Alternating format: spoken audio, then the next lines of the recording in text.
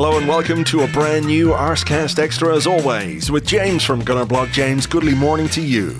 Goodly morning, Andrew. How you doing? I'm doing all right. The weather's good. The sun, well, it's not shining, but it's somewhere behind the clouds, but it's got enough heat to get through the clouds. It's nice and warm here, so I'm doing all right on that basis. How about you? I reckon it is still shining. You know, it's just the clouds that are preventing it from being visible. I guess that's technically correct, yes. Yeah. It would be bad if it wasn't. If it stopped shining, well, I don't know, it'd be good for global warming, I guess. Not good for crops. Yeah, that's true. You know? That's true. We probably need some sun for life. Yes. Anyway, I'm glad you're well. I'm well as well. That's good. Yeah. I suppose I feel like, do you know that the Champions League final even happened? Are you aware? Do you know what? I am aware, obviously. I chose not to watch it. I turned it on very briefly at one point just to have a look at the score. And I was treated to the sight of John Stones writhing around on the ground with a torn shirt. And they showed some replays and they did some close-ups. And my big takeaway from the Champions League final or the entire Champions League season is that John Stones shaves his armpits. Wow. That's the kind of acute observation that could land you a job with The Athletic. Or indeed BT Sport, I believe. We had so many questions about this. Yeah. We had a question about that. We had loads like, RJ McCready, who's at Wayland Utini on Twitter, said, "Morning, gents. We've seen journalists returning to talk about the charges against City, contextualising their triumphs. So why do we see the topic neglected by broadcasters? The Champions League final was the worst twerk job I've ever seen or heard." And there were a couple on the Discord as well that I didn't pick out. I apologise. But a number of people talking about the coverage on BT Sport, which I did not watch, and I presume you did watch. I did watch a fair bit of it. I find it very funny that BT have to pay a huge amount of money for the Champions League, Europa rights, but then are obliged by law to screen the finals for free. So they have to put them out for free. I think they're all on YouTube as well. Yeah, they don't really advertise that or talk about it very much, but I watched it on YouTube. Okay. Yes, it was still the BT coverage. I mean, it was all tricky anyway because Jake Humphrey was all over it, and I just find his presence quite hard to bear. There's a great thread actually doing the rounds. I think he's leaving his post of some of his finest moments, many of which are just sort of stare-offs with a very angry Martin Keown. I saw it. Yeah. I mean, my favorite of that is the one where he's sort of trying to engage in a bit of banter with Keown about being late for one of our Europa League games, and Keown says, "Well, somebody threw themselves in front of a train. What was I to do?" And then he goes, "Oh, well, of course, that's terrible, and our sympathies." There's another one, I think, which is after Arsenal lost at Goodison Park, maybe, where Keown appears to sort of square up to Jake Humphrey live on television. I think this sort of begins to say as much about Martin Keown as it does about Jake Humphrey, but it's good fun.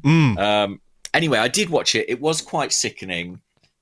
I feel it may have been a slip of the tongue, but at the full-time whistle, the commentator said, the greatest story in club history has an ending. I mean, what the fuck does that mean? I don't know. I hope he means in the club of Manchester City's history, but that wasn't how it came across. Coming a matter of days after BT crudely repurposed the "It's up for grabs now" line. In the Conference League final, did little to endear the channel to me. I'm not doing my chances of a job with BT Sport any favours here down the line, but they also, Des Kelly got Ilkay Gundogan to sign his little media armband during an interview, which was sort of surreal. I think I saw that he auctioned that off then for charity or something.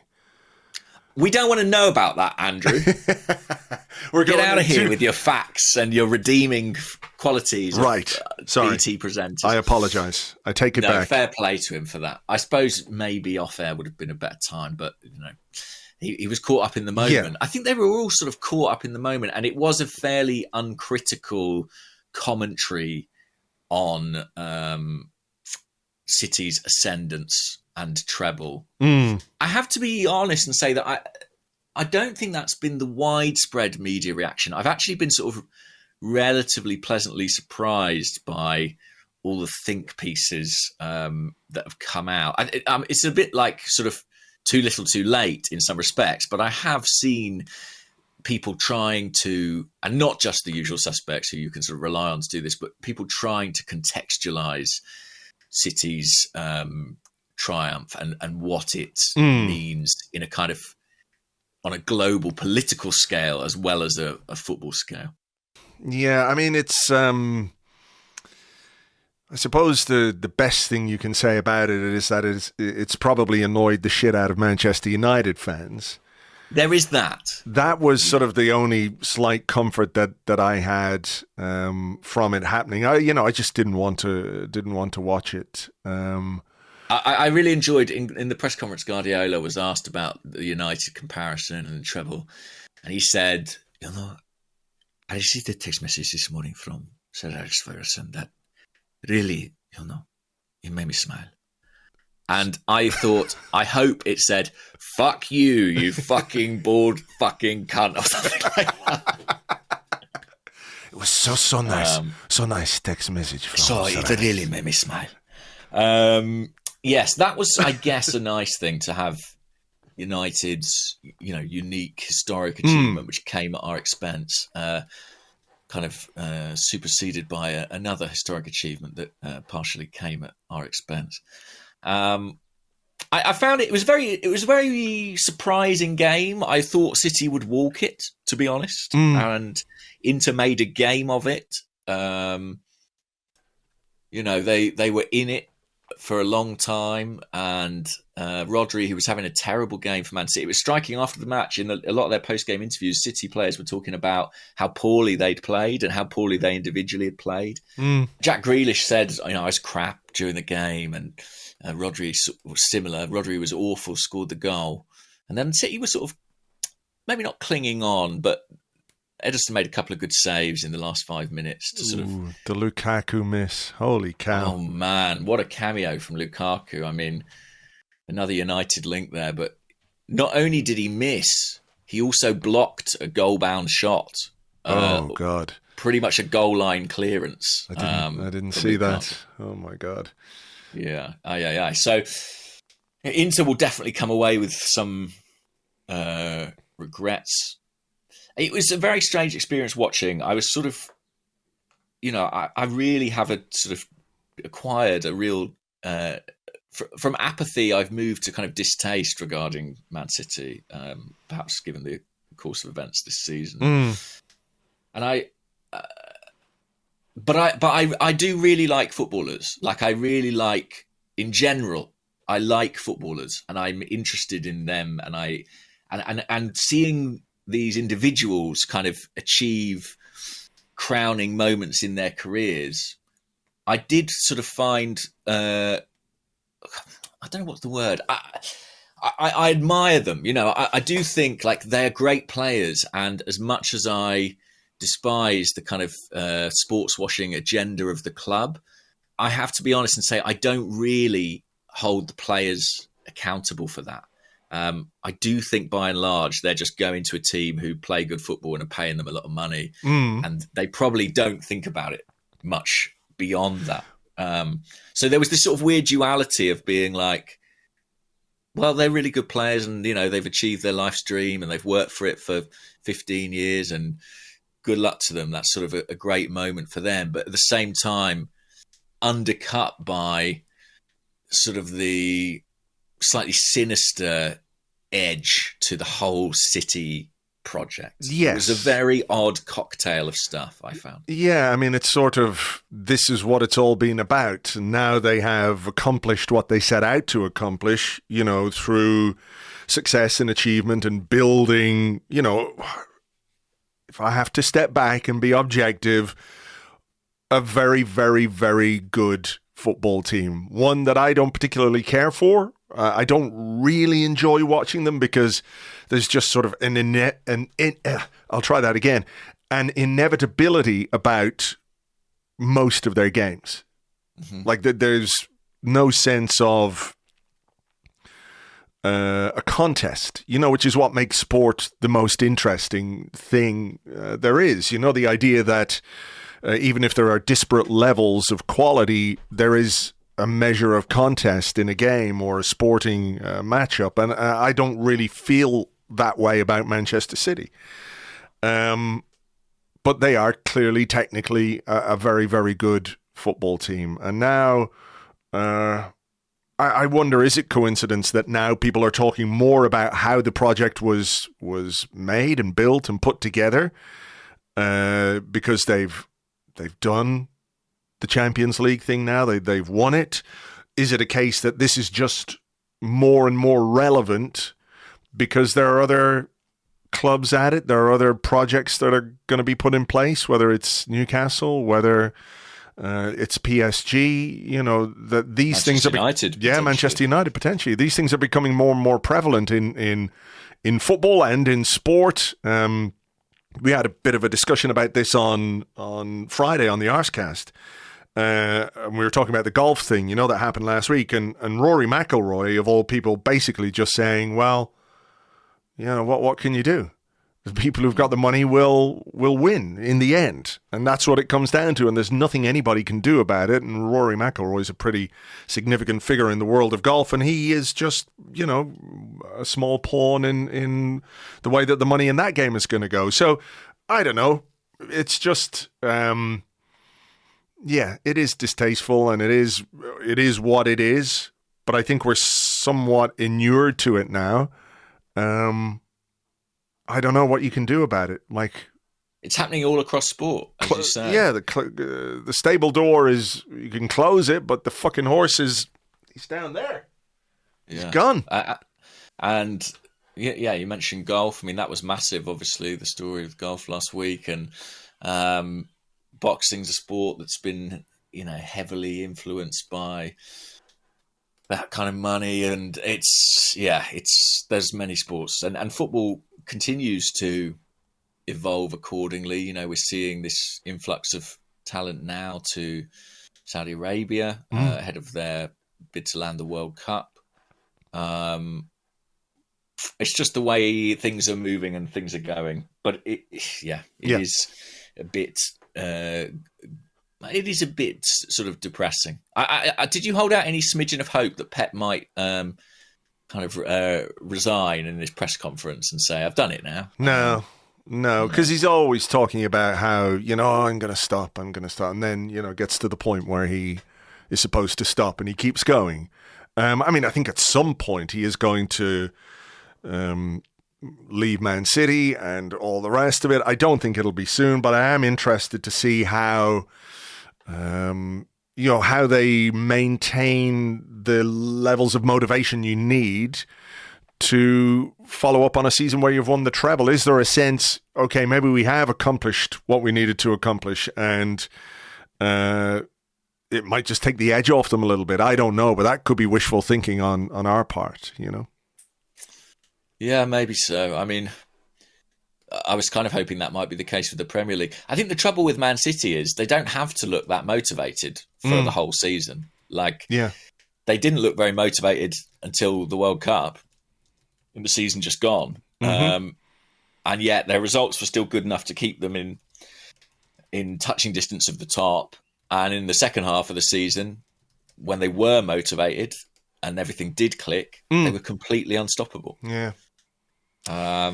So they only have to turn up for half the season to win it, by and large, which is a bit of an issue. Yeah, because they were drifting. They did look like they were drifting in kind of October, November time, and then just really got their shit together in a big way.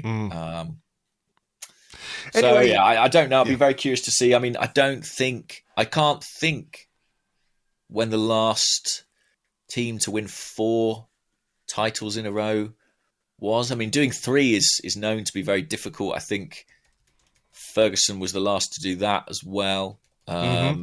Maybe between our titles in 98 and 2002. Has anyone done... I think he did it again, actually. I think he did it again after that.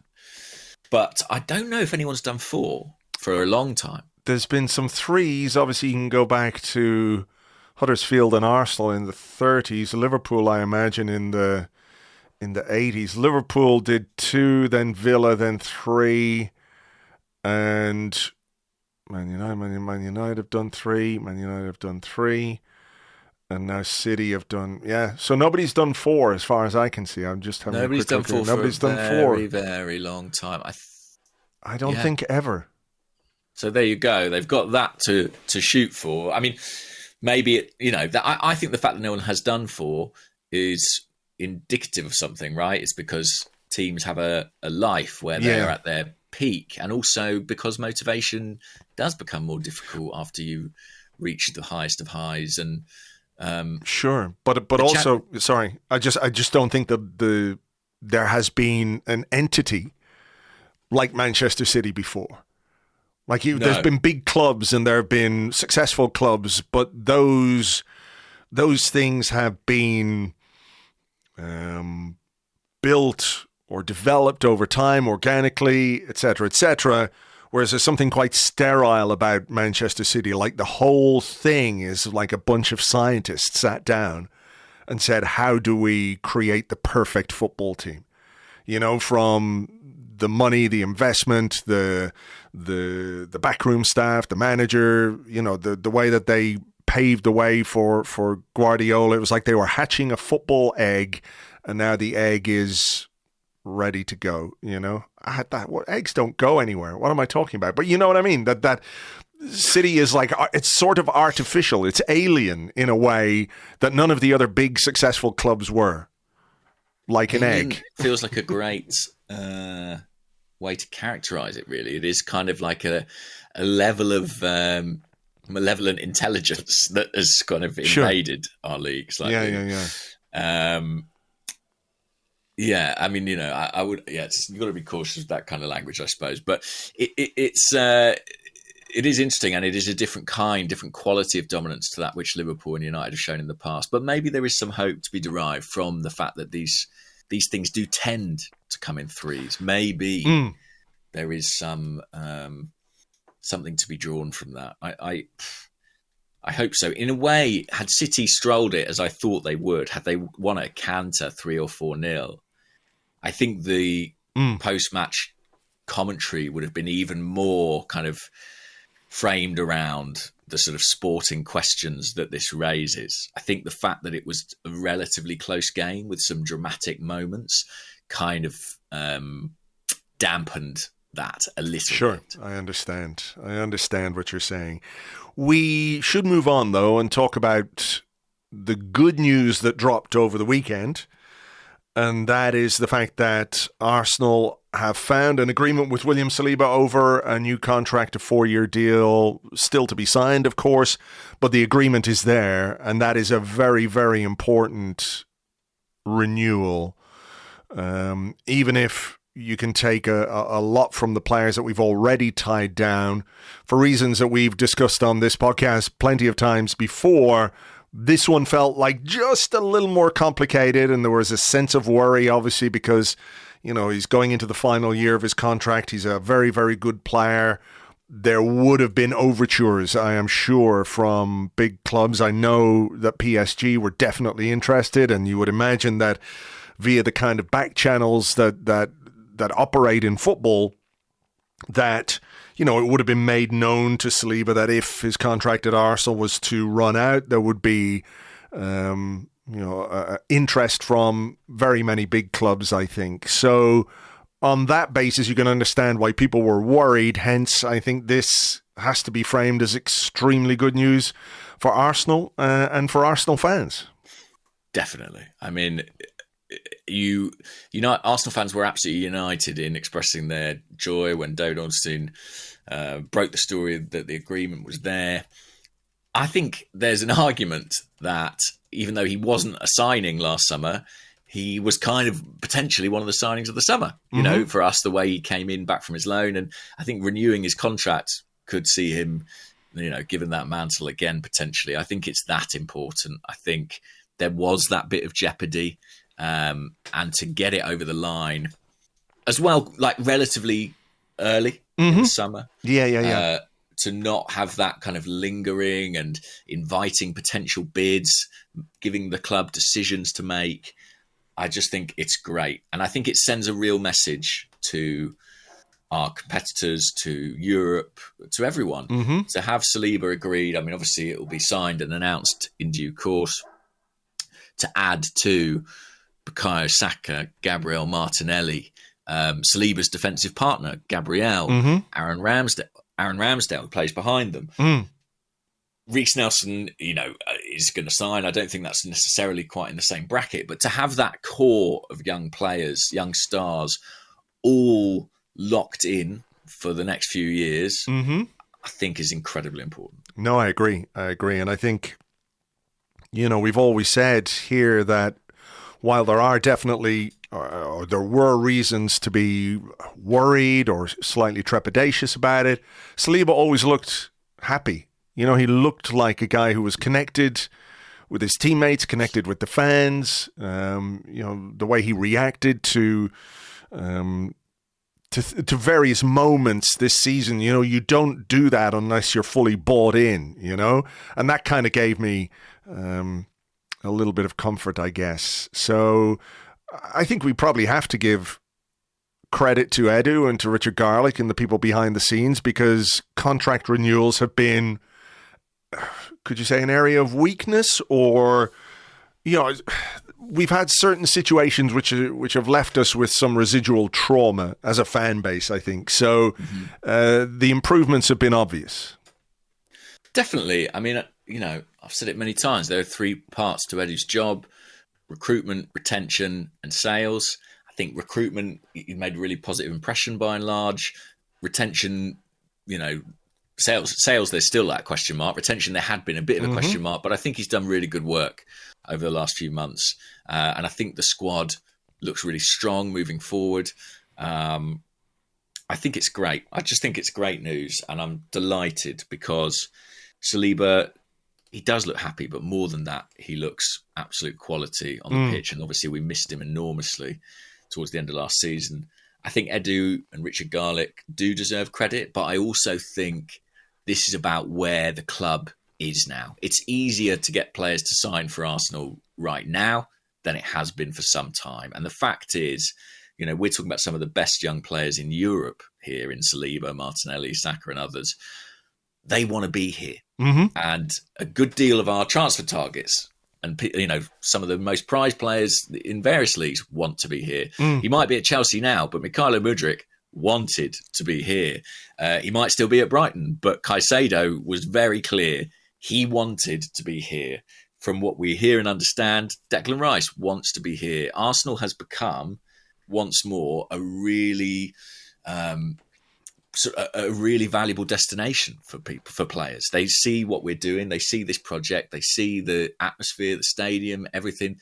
They want to be part of it. And it feels like some time since Arsenal had that kind of allure as a calling card, you know, where you could say the name Arsenal to a player, an agent, and their head would turn. But I think we've really, really re-established that in quite a powerful way. Yeah, I agree. We had a question from the Discord from Doozy123. He said, how helpful are the new contracts for Saliba, Saka, etc. when it comes to transfers and attracting new players? Is it now easier for Arsenal to show potential signings they'll be taken care of and paid handsomely for sticking around? Or do you think this, you know, really has any kind of an impact? I mean, just to sort of answer that, I think it probably makes your life easier when the club is good and when you've secured your best players and you can sell that to potential arrivals. You know, do you want to come and play with Saka and Saliba and Odegaard and Martinelli? It's a lot different from, do you want to come and play with Mustafi and co? You know what I mean? I think it would be far easier for a person trying to do an incoming deal to sell that as a very attractive prospect rather than sort of saying, well, we could really use you to raise the level of the squad because, we're a bit crap at the moment. Yeah, I mean, I guess if you're a right-sided centre-half who was hoping to play 38 games in the Premier League next season, the Saliba contract might not be good news. But generally, I think it is, and it shows a club that's moving in a really positive direction. And I think it is important that players feel that they'll be rewarded. Mm-hmm. Gabriel Martinelli, he signed his recent contract. He had quite a long way to go, didn't he, on his previous one? Yeah. But ultimately, his status in the squad had changed. I think Aaron Ramsdale's contract was similarly important in that he only arrived 2 years ago, but the club recognised, well, you're now performing at a level greater than what we had rewarded you for before. Sure. And I think it sends a really positive message to the squad that if you perform, you will be rewarded. And I've seen some comment about the lengths of some of these deals. Saliba and Saka 4-year deals, could they have been 6, 7, 8? And I think genuinely the conversations between agent and player will have been like, well, listen, if we continue to progress and you continue to progress, in 2 years' time, we will be sitting down to talk again. And I think that the club are realistic, that if you've got people whose star is on the rise, unfortunately, you are going to have to talk terms with them every couple of years, because if you don't, somebody else will. And I think the club recognise that now. And I think for a player in that squad, I think it must be hugely encouraging to think, I'm not just going to sit on my contract. If I do well here, I can be rewarded. Yeah, absolutely. Absolutely. And it's a smart way of doing it, There are all kinds of ways to motivate people and motivate players.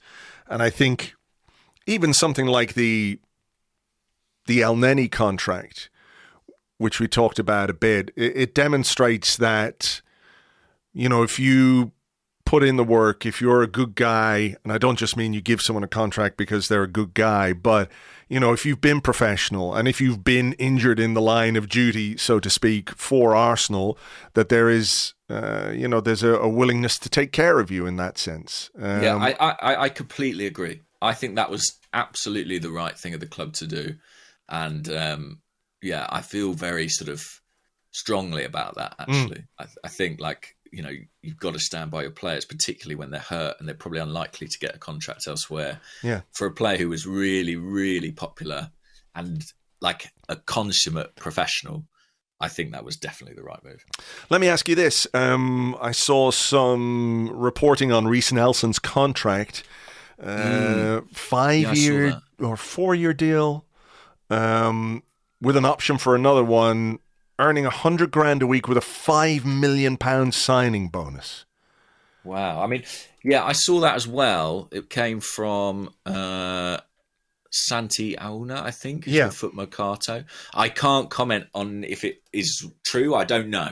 I mean, it would be in line with the kinds of figures we read about as regards Eddie Nketiah when he renewed his contract in a similar situation last summer. I think Eddie had sort of, to be honest, maybe had greater first team impact by that point in time than Reece still has, you know. So I do think those numbers are quite striking. If they are correct, I imagine the club are making a similar calculation as they did with Nketiah, which is, we've never paid a transfer fee for this player. His contract might be worth X, but if we sell him, potentially we make that money back. It's still a lot cheaper than buying another winger of his quality, they'll assess. I don't know. What did you make of it? I mean, I think it's a very, very good deal for Reece Nelson, I have to say, if those are accurate figures. And I know that maybe $100,000 a week, as ridiculous as it sounds, isn't necessarily the sort of the big number it still sounds like, if you know what I mean, in the context of Premier League salaries and all the rest of it. But I think it's an amazing deal for him, because of just how little he played. Like, he didn't start really many games last season. I know he was injured and all the rest of it, and he did have some valuable contributions, as we know. But in terms of overall playing time, he really didn't play a great deal. So on that basis, I think it's an excellent deal for him. But I'm guessing, and it is only guessing, of course, that, you can talk about protecting the value of a player and maybe selling him down the line and all the rest of it, but they're not handing this out as a charity either. No, you're absolutely right. They must feel like they can wring some value from Reiss Nelson on the pitch. It's not just to say, well, in 2 years' time we can sell him for X amount of money because we tied him down to this contract. So, I think he's still got plenty to prove. And maybe that is a good thing, in that he's going to be motivated and he's secure, at least in his future, and he understands where his place is in the squad. I think he's obviously been aware of interest from other clubs where potentially he could play more than he's going to at Arsenal. But Arsenal must, at the same time, see enough in Reiss Nelson to give him those terms and to make him a key part of the first team squad. I suppose it is an easy way, and I'm not saying this to be critical, but when Arteta talked about needing 17, or what did he say? He said, you need 22 or 24 players all fit and ready to go at the end of the season. Good luck with that. But, it's clear he wants a bigger pool of players to pick from next season, that this is a relatively easy way of doing that. Yeah, I think you make a good point there, because you don't give this out lightly. And, you say he's got a lot to prove, and I think it's certainly true. He's got a lot to prove to you and to me and to the wider fan base. But I do think Mikel Arteta is pretty convinced about his talent. It really sticks in the mind. Do you remember that press conference where he was being asked about his attacking options, and they said, you've got Martinelli, you've got Saka, you've got Trossard, you've got Smith Rowe, and Arteta chimed in and said, yeah, and Reiss. And it just felt like a moment where he was sort of saying, don't forget about this guy. I really think he has a part to play. Obviously, the Bournemouth goal will live long in the memory, and some people will probably tell you that alone warrants a new contract.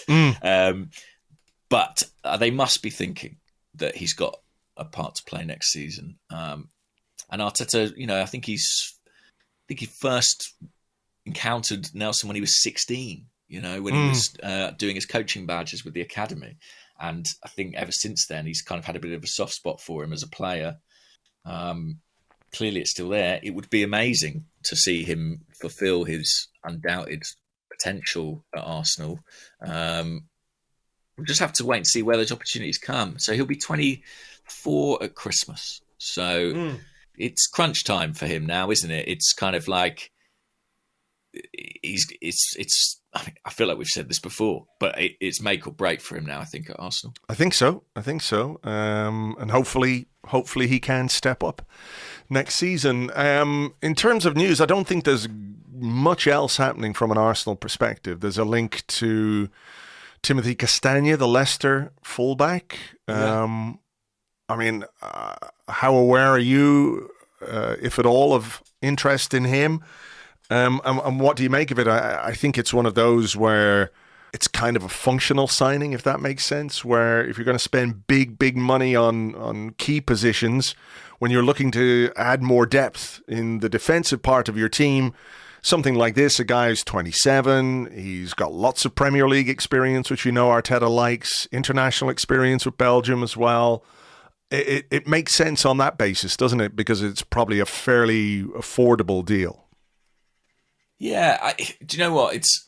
I'm quite enjoying the summer because, as I say, I'm on paternity leave from the Athletic, and ordinarily in a case like this, if I wasn't already across it, I'd see this link and I'd be obliged to kind of hurriedly contact people on every end of the deal and try and find out the veracity and basically be a pest to people, saying, can you talk to this journalist when all you really want to do is get on with your actual job? And so it's quite nice just sort of seeing a link and being like, I wonder if that's true, and not having to worry about it. And the bits and pieces I am hearing are sort of coming to me more organically, if that makes any sense. I don't know if this is true, but I can well believe it. Actually, I sort of think a kind of Cedric 2.0. It sounds a bit uninspiring describing it in that way, but he's Belgian international, played in the World Cup, can genuinely play both sides, right back and left back, pretty effectively. Experienced, 27, relegated club, so potentially might get a knockdown on the fee. Premier League player, admittedly didn't have a great season like the rest of his teammates, but playing in a bit of a basket case of a club last year.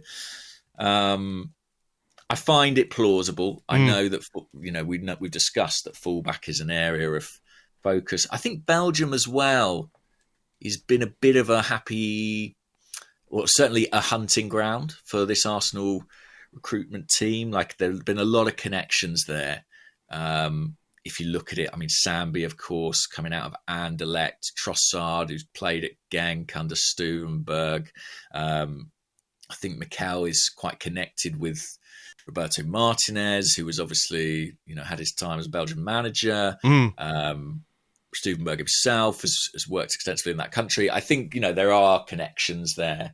So I do find it plausible. I've seen a few Arsenal fans really unhappy about it, but I don't think it's a deal where he'd be coming in to play week in, week out. Sure. I don't think so either. And I think, you do have to maybe adjust your expectations as to the level of certain players that you're going to bring in. If there are designs to bring in a couple of big players, Rice and whoever else, then you do have to cut your cloth a little bit, unless you're a club like Manchester City, Yeah, exactly. And I think it can go either way. I mentioned the Cedric signing, and I think by and large people weren't entirely happy with how that one panned out. But then, Jorginho came in January, and I think by and large did very well. So sometimes you can pick up a Premier League player who's kind of ready to plug and play, and I think it can be quite beneficial. It's just, if they believe in the player, I think for the most part their talent identification and recruitment has been sufficiently good that I'm prepared to sort of sure. What's the word? Have some faith. Have some faith. Yeah, exactly. Yeah. Okay. Well, look, here's the bit of the podcast where I'm sure over the weekend, James, you have been, studying both the Arsenal squad, the transfer market in real depth, and you've come up with your predictions for what we're going to do in the transfer market this summer. Either that, Andrew, or I've just remembered this feature. It's one of those two things. Is it indeed one of those two things? I struggle to figure out exactly which one it is, and I'm just going to make this clear. I certainly was not reminded of it by somebody in the Discord. That did not happen. Shortly before we recorded. Shortly before we recorded, I absolutely did not look at a message from Mr. Rightside who said, "Goodly morning, not so much a question, but a reminder that we haven't forgotten about the transfer Predictatron promise." So that did not happen. Okay, it's good to know that. So, and just as well, if it sounds like I'm making shit up as I go along, that's just the way it is with podcasts. You've got to be sort of conversational and let it flow. You don't want it to sound too scripted, 100%. So let's start with sales. Let's see what we think we're going to generate via sales. Okay. And we'll have a look at some of the obvious candidates for that. First one, Kieran Tierney. What do you think we're going to get for Kieran Tierney? Well, we've had this debate. Yeah, I know, but let's put your money where your mouth is. I'll say 35 for me. 35 million. Okay. I'm going to go for, I think 32 million. That's what I think. Hang on, you were asking for 50 the other week. I know. I'm not saying what I wouldn't ask for. I'm saying what I think we'll get. I didn't see that coming. Okay. All right. Are you keeping tally of these? I am. I've actually got a Google spreadsheet here. Let me just Arsecast. extra transfer predicty thingy. Okay, great. So that's Kieran Tierney on his bike. On his bike. We know about Pablo Mari, don't we? Oh, yes, actually. Yeah, it's 6 million, isn't that right? Pablo. Yeah, 5 to 6 million euros. Well, let's call it £5 million then, just to sort of... Oh, it's 6 million apparently, according to reports. Let's say 6 million sterling. Okay, so 6 million. We've got that already. I think we could let Rob Holding go this summer. Okay. And I think we would get 12 million. Okay. I'm going to say that Rob will stay. Oh, okay. I don't know. Maybe he won't. But you know how I always say, like, they don't all leave. You think they're all going to leave? They don't all leave. I feel like he might be one who doesn't. Okay. Granit Xhaka. We sort of know what's happening there, don't we? Can I just say, yes. I think Granit Xhaka is going a bit cheap from what I'm reading. Yeah, what is it, like 13 million? That's the report. But you can't buy anything for that. He's just torn it up in the Premier League. I don't know. I mean, I doubt it. From all the reporting, it won't be over 15. But do you feel like that's an absolute bargain? I don't see what I would need to know or understand better is the financial might or otherwise of Bayer Leverkusen. What sort of what sort of transfer fees do they normally pay? Do they go big? Are they, I don't know. We need Lewis Ambrose to tell us about what's happening in Germany. Because nobody has any money apart from Bayern Munich and Borussia Dortmund, who are going to have a fucking shit ton of money as soon as they sell Jude Bellingham. So let me just have a look at there's some talk about Bayern looking at Xhaka, but I think that might not be the case. No. I mean, I'm looking here. Last summer, their big outlay was 13 million euros.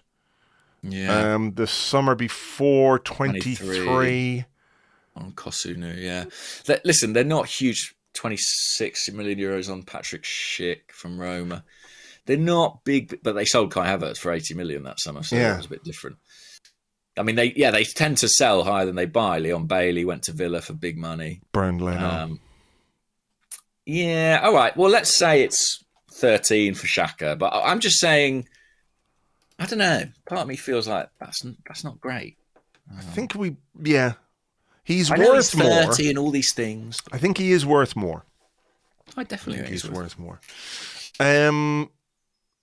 Right, who else could go? Cedric.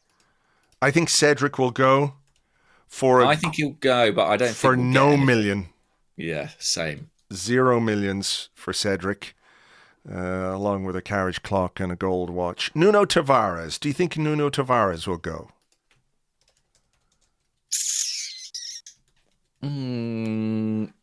Yeah. I think he will. What do you think we will get for him? No. 7 million, maybe? Okay. And that's what we paid, so we're getting our money back. Yeah, I'll go for that. What about you? I think he might be a loanee. I can see that. Yeah. I think he might be a loanee. I don't know. Austin Trusty. I think Birmingham are going to want to buy him, but they can't afford it, presumably.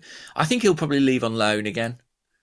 I think the reasons he was brought to the club are sort of still the same, So I think he'll loan again. Wasn't the idea of bringing him to the club, to put him on loan and therefore sell him and make some money? Was that not partly about that? But I also think it was as much to do with like the relationship with America and the other KSC clubs. I'm not downplaying his ability or anything. I think he can play, and they picked him for a reason. But I think there was a sort of sense of like, this is something we want to do to kind of bring a sort of a sense of continuity across the franchises. And wow, what a horrible phrase that was. I think he'll be loaned to a higher level. Loaned to a higher level than the Championship? Yeah. I think we'll sell him for £4 million. Okay, that would be good. Yeah. Albert Sambi Lokonga. Loan, I think. I don't think he's done enough. Unless Burnley buy him, I can't see anyone else buying him. Same. I think it'll be a loan. I think it might even be a loan, even if it's Burnley. Yeah. He's got a contract till 2026, so they might loan just with an hedge their option, bets. maybe. Pepe? I think he will absolutely go, but I am guessing 0 million for Nicolas Pepe. I don't know who would pay. I don't know who's going to pay for him. I mean, you might get like a 5 million deal, but I guess one of the impediments to him going anywhere this summer is the wages that he would be on would probably be outside the remit of any club that might be interested in him right now. I'm going to put 5 million, and I don't know what form that will come in. Do you know what I mean? Like, it might be a fee, it might be like a buyout, it might be a loan, expensive loan fee or something to take over the final year of his contract. I think we will get some money in for him, and I think he will go. So I'll stick down 5 million. A very optimistic 5 million. Okay. Charlie Patino, he wants to go. What do you think we'll get for Charlie Patino? I've got no idea. Me either. I was thinking about this. I, could talk myself into anything from 2 to 9 million or something, but I think probably 2 with clauses. 2 with clauses. I'll go a bit higher than that. Okay. I'll go 5 with clauses. Okay. Flo Balogun. Mad predicting transfer values, isn't it? Because is. you know, before it could just be Mudryk 100 million or Xhaka 13. You know what I mean? Like it all depends who's buying, what the competition is like. Yeah. Balogun. So my thinking here is that Arsenal could and maybe should do a deal which has a slightly lower fee, but slightly more in the back end for us. Do you mean like buyback or buyback, sell on? I think that's maybe the sort of what you have to factor in. So I think he'll go for. I don't know. Oh, I've got all sorts of numbers in my head. Maybe like 29 million. 29 million pounds. Yeah. That's impressive. I think that's a lot. Maybe that is a lot, actually. I mean, I would say 22. Can I change mine to 25? Because that's Yes. that's what I thought first, and then I imagined people shouting at me on the internet. But again, with clauses. With clauses, yeah. I'm trying to think. If there was a player in Liga who'd scored that many goals, I feel like they'd go for more than that. Famously, we bought Pepe for 72 million. Yes. But, yes, fool me once and all that. I've changed my. I'm going to go up to 30 on Balogun. Okay. 30. Final answer. 30. Dun-dun-dun. 30. And I'm still at 22. Should I revise upwards? No, I think that yours is quite realistic with a decent sell on. Is there then anybody else who you see departing that we could inflict? You've not done Runnison, I notice. Yes. I think he will go, yes. I don't think he will add to the tally. Let me say this, that I think there could be a mystery sale of around £31 million. Wow. But I don't know who it is. And nobody well. asked me. I don't have any information. I just think that there might be a player that goes for a reasonable amount of money, but we don't know anything about it yet. Can I just throw a couple of names at you? Sure. Jorginho. Do you give any credence to those reports from Italy? I don't know the source of them well enough to say whether they're reliable, but it's one of those that makes a fair amount of sense, doesn't it? Because of his connection with Sarri and all the rest.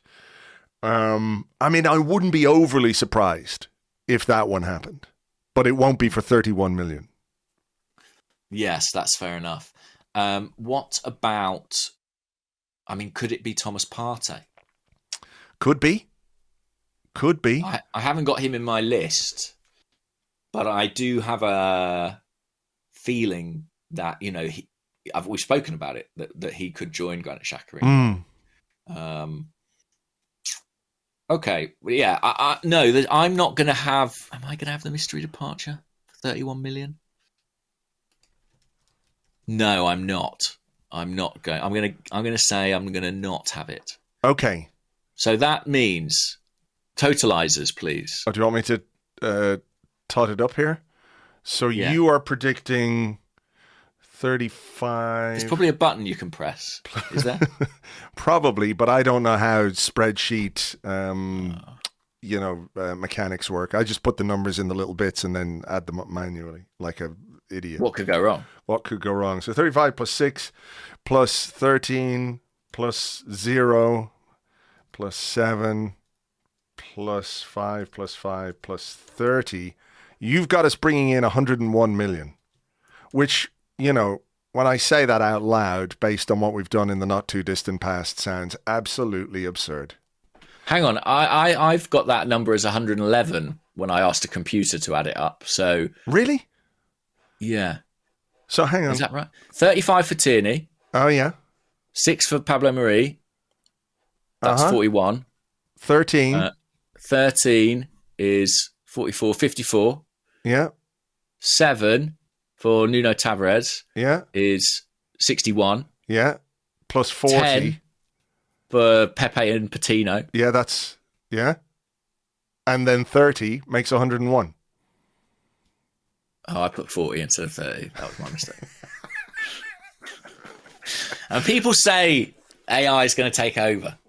How can it? Can't even. Computers can't even correct my mistakes. Yeah, 101. So let me see what I've got here. You're going to have more than me. You realise that? I know, which is even more absurd. So we do this every summer, Andrew. We think we're going to actually sell players. And it never happens. We're fools. Maybe we're the problem. Maybe we should stop. Maybe we should just say, we're not going to get anything for anyone, all right? That's it. So I've got us bringing in 400 million. I've got syntax error. That's what I've got. 91. I've got 90. Is this good radio? Yeah. I've got 91 million without my mystery sale, and with my mystery sale, I've got 122 million. Okay. So, I'm going to say now, we're both wrong. I feel confident in predicting that, yes, that we are both going to be wrong here. Yeah, okay. It's a nice idea, though, isn't it? It is. Let's not do it in such detail when it comes to incomings. Just give me your grand total on what we're going to spend, our gross outlay on players. Okay, I am going to break it down very quickly, right? I'm going to say 90 million on Declan Rice. Yeah. Right. I'm going to say 20 million each on a pair of fullbacks. Okay. Maybe one can play centre half as well. I don't know. 2 defenders. I'm going to say 40 million on another central midfield player that isn't Caicedo, in my opinion. Ooh. And another 40 on an attacker. Okay. So that's 80 plus 90.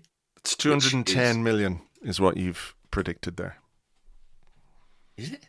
Well, yeah, 90 plus 20 is 110, plus another 20 is 130, plus 40 is 170, and you've just said another 40 then on top of that for an attacker, which is 210 million. But if you're bringing in 101, it's hardly anything. 210 million.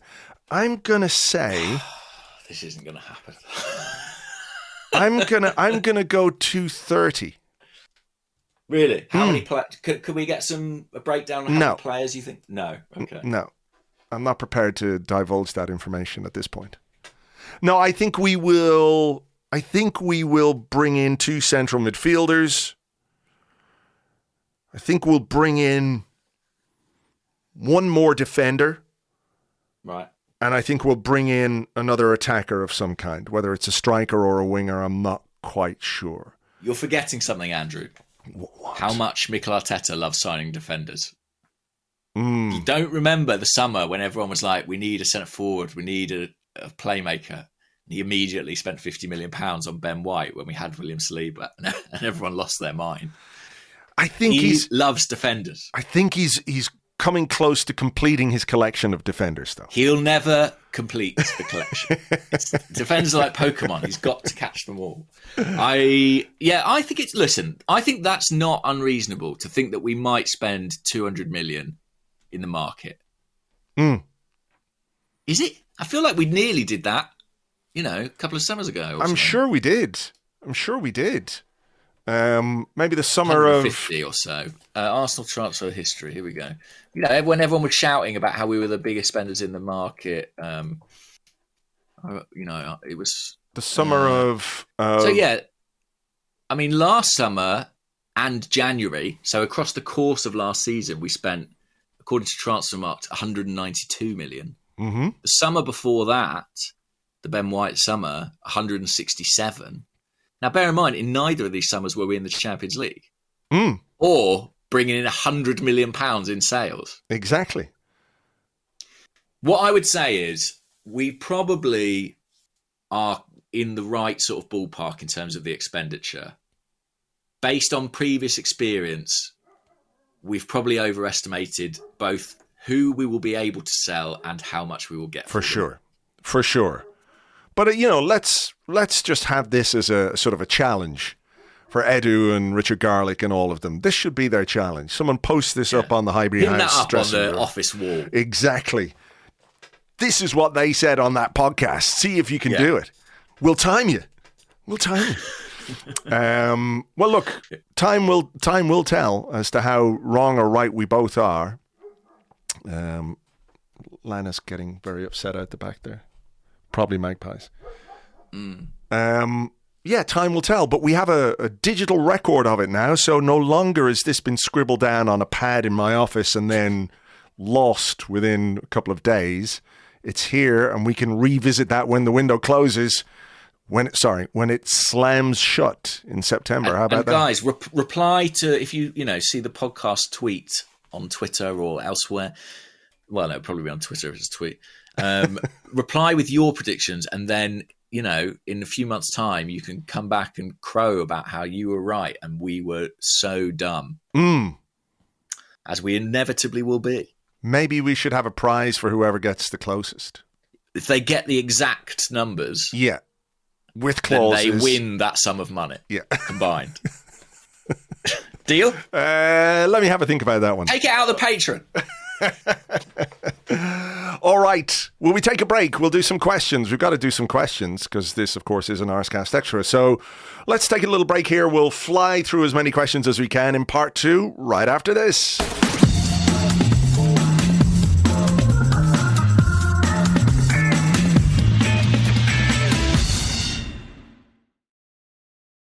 Welcome back to the Arsecast Extra. This is part 2 where we answer questions that you sent to us on Twitter at Gunnerblog and at Arseblog. Also on the Arseblog Discord chat server, which you get access to if you are an Arseblog member on Patreon. Would you like to go first? No. No. Okay. Fair enough. No, you go first, Andrew. Go on. All right. After you, sir. All right. Wise Marklar says, what are your expectations? Wait. I forgot. Let's do this. I feel like this still needs some work. It's happening so organically. It's just taking off, Yeah. Everyone was sitting there waiting for it, and then they were going, it didn't happen. People keep sending me photos of tattoos they've got that say, let's do this. No way. Incredible. Really? Yeah. No, of course not. Right. If someone out there gets a tattoo that says "Let's do this," you win the 200 million. Okay. I feel so stupid now. I can't continue with the podcast. The fact that you thought that was true is so incredible. It makes me think you must really believe in "Let's do this" as a catchphrase. You must think people love it. I just got it tattooed on me last week. No, you're too embarrassed to share. I can't. I'm not sending you any pictures. Yeah, it's a huge tattoo all across your shoulders. Okay, go on then. Ask me a question. Let's do this. Let's do this. Wise Marklar says, what are your expectations for us in the Champions League next season? I know it sounds a bit much, but I'm personally hoping for a semi-final appearance, providing we don't get a hard draw. What pot are we going to be in? Is that known yet? 2. Okay. That's not too bad, is it? I mean, it's better than 4. Sure. I think there was some talk that we might have gone into 3. So right. I'm happy with pot 2. I think it's to do with somebody else doing something, and then because of that, it changed for somebody else, and therefore we are then in pot 2. But that's the technical answer. I just didn't want to blindside people with too much information, you know? Which means that we will draw. I mean, pot 1's got some interesting teams in it. We will draw one of Sevilla, Barcelona, Napoli, Bayern Munich, PSG, Benfica, or Feyenoord. That's pot 1. So it's going to be fucking Bayern Munich, isn't it? Jesus Christ. Obviously, it's going to be Bayern Munich, but, you know, you'd be quite happy if it was Feyenoord or Benfica or Sevilla, wouldn't you? You would. Or even PSG, because they're absolutely shite in the Champions League. So pots 3 and 4 are still to be sort of finalised, because obviously there's qualifications to come. A few, you know, AC Milan are in pot 3, for example. Red Star Belgrade, Shakhtar Donetsk, Lazio. Sure. Pot 4, Celtic, Newcastle, Union Berlin. Newcastle. It does look weird seeing Newcastle in the Champions League again. It does, yeah. I think given we're in pot 2, we should be getting out of the group, really. I think we should. I think semi-finals would be. I don't think it's unrealistic necessarily. Premier League's a very strong league, and we're one of the strongest teams in that league. I might say quarterfinals for me.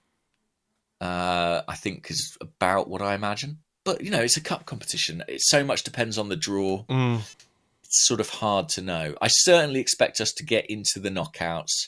And I would like to see us reach at least the quarterfinals. What about you? Yeah, I think that's about... I mean, obviously, I'd like to see us go much further than that, but I think our first tilt back at the Champions League after so many years out of it, you know, with the demands then of Premier League and Champions League that we're going to have to deal with and understand and come to terms with physically and mentally, that schedule is quite demanding, I think. So if we got to quarterfinals, I think that would be pretty decent. But of course, you know, how you view your exit from a cup competition, you know, you can't really predict how you're going to feel about it. You might say now, well, going out in the quarterfinals, yeah, that'd be pretty decent. But if you go out in the quarterfinals having won the first leg 3-0 and then get beaten 4-3 in the second leg, you know, it's going to colour your opinion of that. But, you know, just as a guideline, as a marker, I think that wouldn't be a bad aim anyway. I am fascinated to see how we do because, you know, Mikel Arteta's record in Europe is patchy at best. You know, I think he's had a couple of fairly unimpressive exits. So I think he's got something to prove. And obviously the Champions League is a different calibre of competition as well. First time for him, first time for a lot of these players. I think that there probably is an adjustment, a period of learning to go with that. I mean, look how long it took Man City to win the bloody thing with all the advantages they've got, and with Guardiola at the helm. So I'm not expecting us to go into it and, you know, win it. But I think I want to see us give a good account of ourselves, certainly. What about this question? We had a couple of questions along this line. Matt Taylor, who's at AFC Matt09, says, "Goodly sunny day to you, gents. With the club tying down our star players to long-term deals, do you think we should be tying down Arteta to a new deal? His current contract expires in 2025, and we know that Barca and Madrid are interested in him."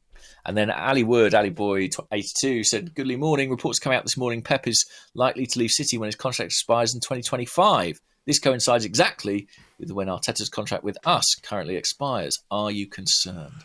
No, not concerned. I can see how people might put 2 and 2 together there and come up with 4. I mean, I think there is a slight difference with manager contracts in that things can change for a manager very, very quickly, you know, in a way that they don't usually with a player unless they absolutely plummet themselves into insignificance. But that's true. I mean, for a start, managers can move at any time, not just within windows. And it is departures, resignations, sackings that precipitate movement, really, in those environments. Yeah, managers very rarely tend to leave of their own volition, you know? Yeah. They get moved on. So, no, I'm not that worried about Arteta's contract yet. I think if our trajectory continues, if the job and the work that he's doing is, and you know, it feels to me anyway, I can't speak for him, but I'm guessing that this will have been, despite the disappointment, quite a fulfilling season for him, you know, to have seen his team improve in the way that they did, individually, collectively. That must be very fulfilling when you're a coach, when you're a manager, because that's what the job is all about, right?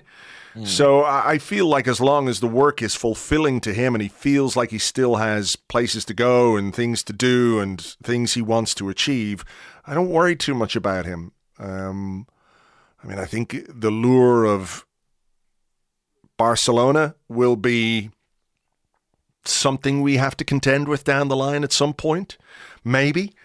Then again, it might just be a question of timing where, you know, his time at Arsenal comes to an end and the job at Barcelona is open at some point where he can step into it. But I don't really worry about him going to City to replace Guardiola.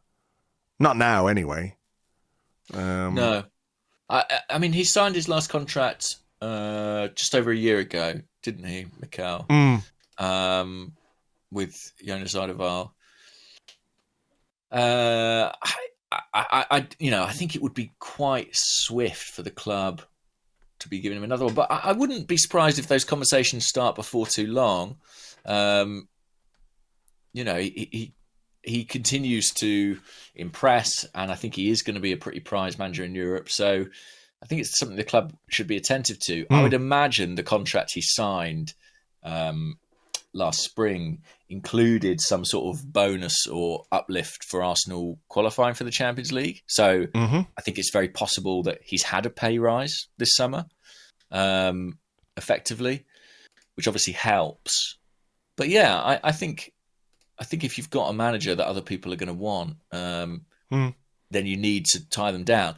But the reality is that it's borderline impossible to keep a manager who decides they want to go anyway. You know, like same with a player, I think even more difficult with a manager because the buyout of the contract is usually, the compensation is usually so much more attainable.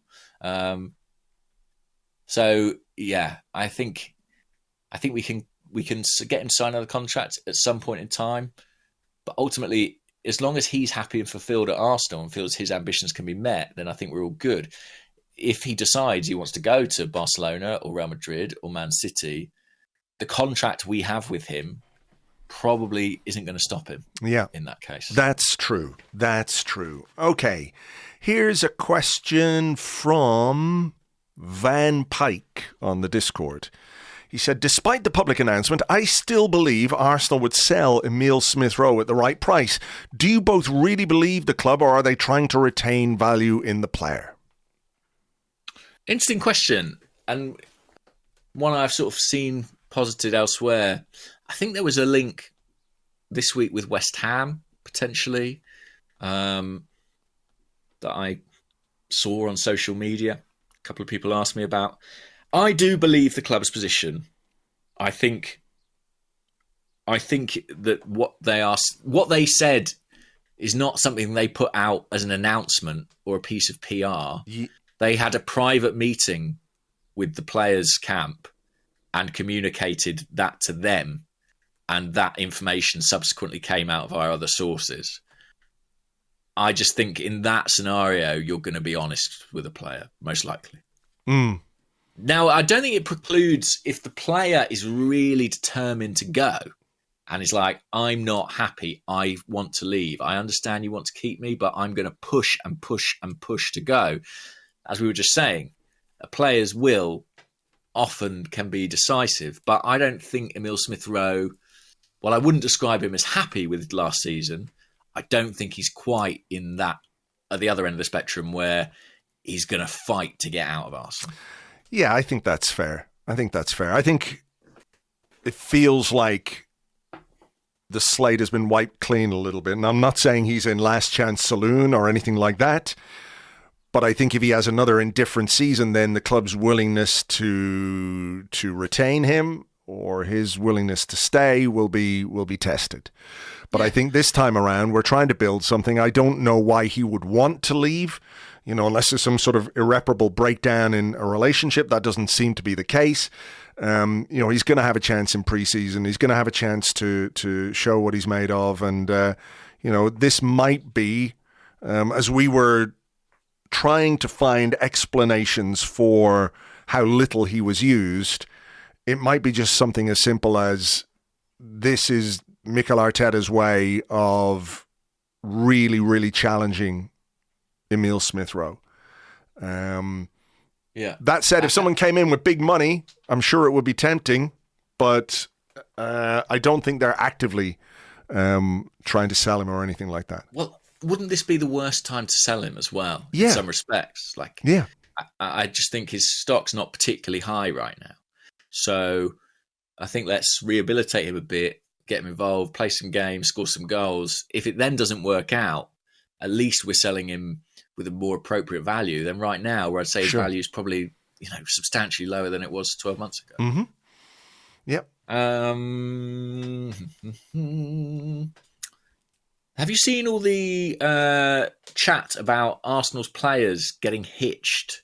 There's been a lot of weddings of late. So Golds at 73 says, with the recent spate of Arsenal players and staff getting married and having babies, and he cites White, Gabriel, Ramsdale, Kivior. Do you think this will make them feel more at home at Arsenal? I've seen people sort of suggesting that, this is kind of like what Fergie used to do, convince his young stars to settle down early so he could keep them focused on their football for the next 5 years. Do you think there's anything to that? No, it's just bollocks, isn't it, really? I mean, you think Mikel Arteta's in his office at London Colney and he's like, right, line up outside, boys. I want to have a word with all of you. You have to get married. Yeah. You must get married. Impregnate someone immediately. Yes. You must have a baby and get married because, that will keep you on the straight and narrow. I mean, fuck's sake. I think it's, a case that they are, I don't know, young men, successful young men, and a lot of people, footballers or otherwise, get married in their 20s, right? Have children. Yeah, exactly. So, the idea that this is some sort of Arteta master plan is just absolute shite. I'm sorry. Well, I think it is an Arteta master plan. Do you think read about it in The Athletic? No, I don't. Do you think Arteta's got his own boat in his back garden and as captain of a ship he can do all the fucking weddings himself? Then, get the barbecue on. Edu on the barbecue. What a load of shit. I'm sorry. Well, listen, I congratulate them all on their good news. Yeah, exactly. Congratulations. Well done. Happy lives together. I hope they all have tremendous happy lives with their wives and their children and as families and all the rest of it. But this idea, that it's an edict or a deliberate ploy from Arteta, I just don't think it doesn't make any sense. I think that the idea that it's some sort of managerial masterstroke is a little far-fetched. And I think, to be fair, has been suggested with a bit of tongue in cheek. Right. But I think that I do think it is possibly a positive that these players. Well, it's not that it's a positive. What's happening is we've got a group of young players who are like a certain age, 23, 24, where a lot of footballers do, get married and start families quite young. And they are entering a new phase of their lives. And for a lot of them, it coincides with committing their futures to the club as well. And I just basically think that what that's telling you is a story about a club that are sort of moving into an era. Do you know what I mean? That like this collection of people are putting down some roots for the next few years, both in their professional and personal lives. And there's a commitment there. Yeah, I think that's fair. I think that's a fair observation based on what's happening. But just the idea that, Mikel Arteta is getting all his players to get married so they'll settle down and, like rich young men. I don't like that aspect of it, or that suggestion, tongue-in-cheek as it might be. I just think it's nonsense. But it probably does speak to how settled they feel, that this is a place where they do want to start a family. And I don't mean that they're all going to start their family on, the Arsenal training ground or anything like that. But do you see that picture Pablo Mari posted yesterday? Yes, on his Instagram. Somebody sent that to us as well. It was extraordinary. Yeah, I mean, and then Silvio Berlusconi died. Do you think Berlusconi was just attack, I imagine, yeah, exactly. Just opened up his Instagram, was like, it occurs to me that in Pablo Mari and Granit Xhaka, we are potentially losing two of our most handsome players. Is this something we need to address in the transfer market? Do we need to do our predictions again? We've got Ben White. It's fine. We've got Ben White in his beach gear, his beach cravat. Did you see that? He's going to be doing a lot of heavy lifting. Yeah, sure I is. On the looks front from now on. Okay, here's a question from Timorous Me. And he says, goodly summer morning, gents. I think we can all agree, this is slightly related to this. He said, I think we can all agree that one of the best things that has made this group so fun to cheer for is that almost across the board, everyone seems to be of high character, sort of a no pricks policy, like my baseball team, the Giants, have been employing recently. I don't know enough about baseball to comment on that side of things. He said, this seems great for a happy workplace and all, but do you think there's a benefit to actually having a couple of pricks in the room and on the pitch? Especially without Xhaka, who I think he is calling a prick inadvertently here, or maybe advertently. He said, could we be too nice for our own good? Do you know what? I think we have got quite a few pricks. And I say that with love. Like, I love Ben White, but he's a bit of a prick, like, I think. I mean, if he wasn't playing for us, he's one of those guys where you'd be like, nah, not having him. Not that guy. You know what I mean? And like, if Aaron Ramsdale doesn't play for you, I think you probably think he's a prick. Yeah. Like, I think we do have that slight prickishness, spikiness in our dressing room. But maybe because we love them so dearly, we don't necessarily interpret it that way. Xhaka, of course, yeah, he would be one. But I think one of the things that's encouraging about this group is that they are good guys and we like them and they seem to really get on with each other, which is a massive positive. But I don't think they lack an edge. I think it is present. And I think we could do with a little bit more of it, maybe. But I think there is some of it present in this. I agree. And I think there's a conflation maybe with prickishness and, character.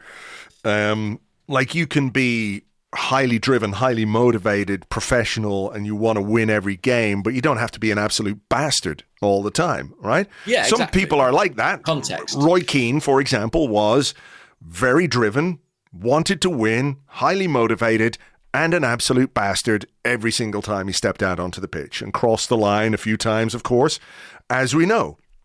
But it doesn't mean that you have to be that way to demonstrate character or leadership or willingness to scrap for each other and fight for each other on the pitch. I am curious to see sort of who steps up in that regard in the absence of Xhaka if he goes, because I do think he is a big character in the dressing room and all the rest of it. That space, that vacuum will inevitably be filled, but by who and to what extent? Are those players going to emerge? Like, I think you've spoken before a little bit about Zinchenko and Jesus as kind of dressing room leaders, and maybe they become a bit more influential. But I also think that English core that we might have, if you've got Ramsdale, Saka, Smith Rowe, Ben White, Declan Rice, if he comes in, I think that might be another aspect to it as well. And maybe someone like Declan Rice, even if he is only going to be a new arrival, if that deal goes through, I think the fact that he's come as somebody with experience of captaining West Ham, is a kind of a natural, not a natural replacement, but somebody who would find that kind of thing natural to him. You know what I mean? That he will be an influential player, hopefully, but I think he'll also be an influential personality. Yeah, and I think it's no coincidence we're trying to sign a player who's a captain elsewhere when Xhaka is potentially leaving. I mean, we've got a number of captains in the squad. That's something we spoke about a bit last season, who've captained their countries or been captains at previous clubs. I think that's important. But I am, like you, curious to see who will be the first to the fight, if you know what I mean. Like, when a tackle goes in on an Arsenal player that's not okay, you could pretty much guarantee that Xhaka would be the first man there. Sure. Sometimes to his with disastrous consequences on one or two occasions. Who will that man be next season? I am curious to find out, like you. I think Zinchenko, Gabriel, Jesus, Big Gabby, I think would be another name I would throw in as who might take on a bit of that mantle. But we will discover, only when there's that vacuum created will certain people step up. For sure. This is a hypothetical question that I thought was quite interesting from Red Action on Twitter. Hypothetical question: if the original rumour of Arteta being appointed had actually gone ahead and the Emery era had never happened, where do you think we would be now in terms of squad building and success? Oof. That's a really good question. My short answer is that I don't think Mikel Arteta would be in charge of Arsenal. Yeah, interesting. A few people said that in the replies under. It was a poison chalice anyway, kind of thing. If not a poison chalice, it was always going to be a huge job for whoever replaced Arsene Wenger. And then, of course, I think it's worth remembering that over the course of Arteta's time here, the structures have changed. Like, Unai Emery was the head coach, Mikel Arteta is now the manager, but then he is, I think, better supported by Edu as sporting director or technical director than Emery was by the people that he had at the club, because there was pandemonium and mayhem and a lack of structure at times and power battles and all the rest of it, which weren't conducive to a healthy work environment or a good football team. So those are things that I think he would have had to deal with.